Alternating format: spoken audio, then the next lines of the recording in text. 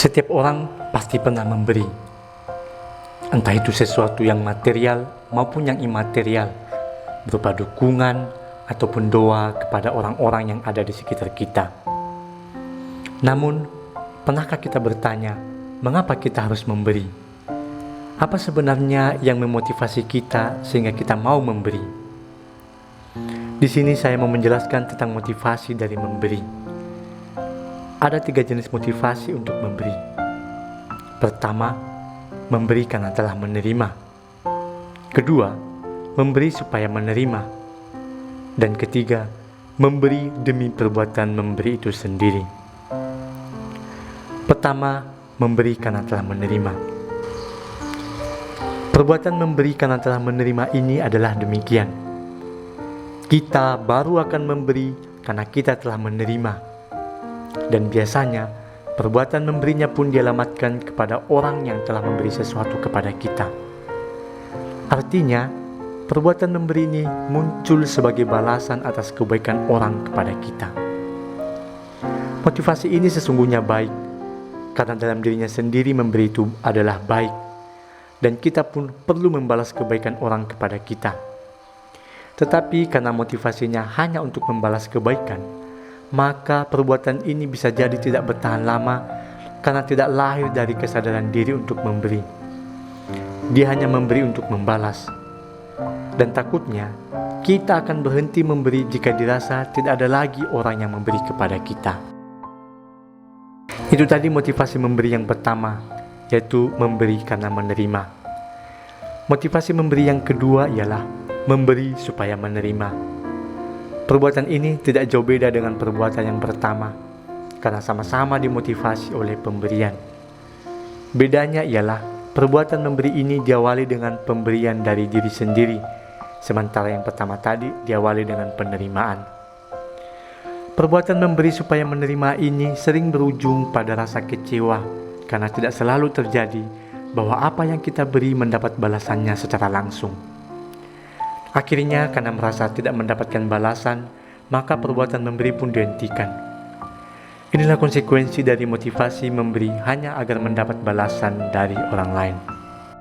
Dan motivasi memberi yang ketiga ialah memberi demi perbuatan memberi itu sendiri. Motivasi memberi di sini ialah bukan karena ingin membalas kebaikan ataupun karena supaya bisa menerima balasan dari orang lain.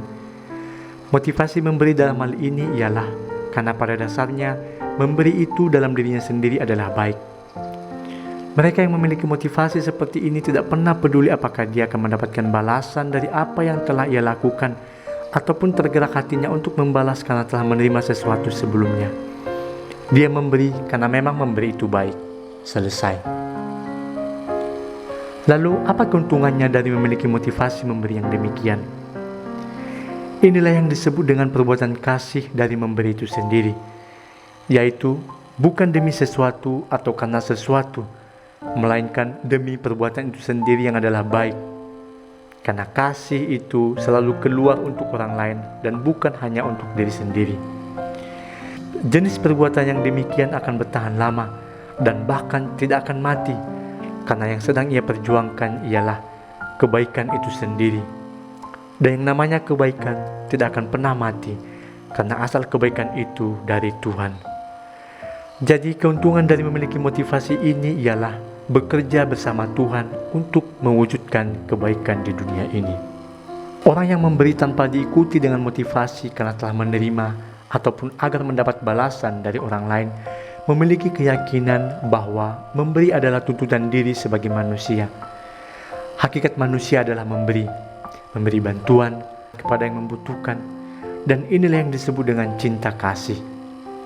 Jadi manusia itu hakikatnya adalah melakukan perbuatan kasih kepada setiap orang, bukan saja orang-orang terdekatnya, tetapi sebanyak mungkin orang yang bisa dijangkau. Dan setiap orang yang telah berbuat kasih dalam hidupnya, Tuhan ada bersamanya, karena Tuhan adalah kasih. Ia adalah kasih yang sempurna. Lalu, apa yang bisa kita beri? Ada banyak yang bisa kita beri, karena pada prinsipnya, segala yang baik yang bisa kita lakukan adalah kekayaan yang bisa kita bagikan. Seperti keramah tamahan, senyum yang tulus, bersimpati kepada orang lain, dalam artian ikut bersedih dengan mereka yang bersedih dan ikut bergembira dengan mereka yang bergembira, mau mendengarkan curhat dari teman yang sedang membutuhkan dukungan, atau berani menyumbangkan meskipun sedikit dari uang belanja bagi mereka yang belum mendapatkan jaminan untuk makan setiap harinya, dan masih banyak perbuatan baik lainnya. Oleh karena itu, marilah memberi, bukan karena kita telah menerima sebelumnya, ataupun supaya kita mendapatkan balasan langsung dari perbuatan tersebut, tetapi karena memberi itu dalam dirinya sendiri adalah baik, dan kita sebagai manusia dituntut untuk senantiasa berbuat baik dalam hidup kita.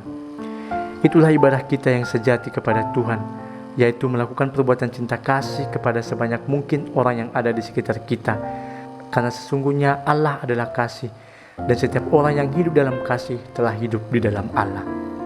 Salam kebaikan.